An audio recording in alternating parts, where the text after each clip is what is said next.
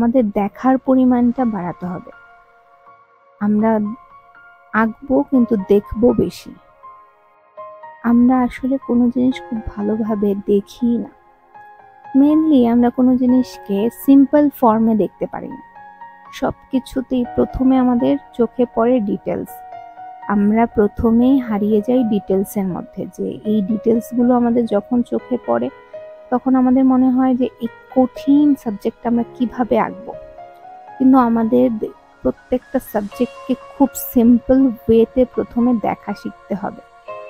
প্রত্যেকটা সাবজেক্টকে এমনভাবে দেখতে হবে, সিম্পল কিছু লাইন, সিম্পল কিছু শেপ, শুধুমাত্র ওইগুলোতে প্রথমে আমরা কোনো একটা সাবজেক্টকে সিম্পল কয়েকটা বেসিক শেপে কনভার্ট করে দেব।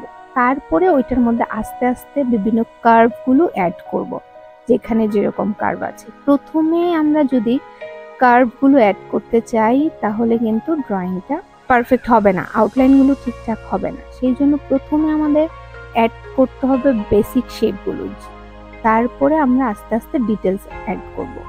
প্রথমেই যদি ডিটেলস করে দেই তাহলে কিন্তু ওই ড্রয়িংটার মধ্যে কি কি ভুল আছে, কি কি ঠিক করতে হবে, পরে সেটা কিন্তু আর ঠিক করা যায় না। কারণ একবার ডিটেলস করে দেওয়ার পর আমাদের ব্রেন কিন্তু বলে থাক, করে ফেলেছি, নেক্সট টাইম ঠিক করব, এরকম করে চলতেই থাকে। সো প্রথমে আমাদের একদম বেসিক শেপে ড্র করতে হবে, দেন ডিটেলস অ্যাড করতে হবে।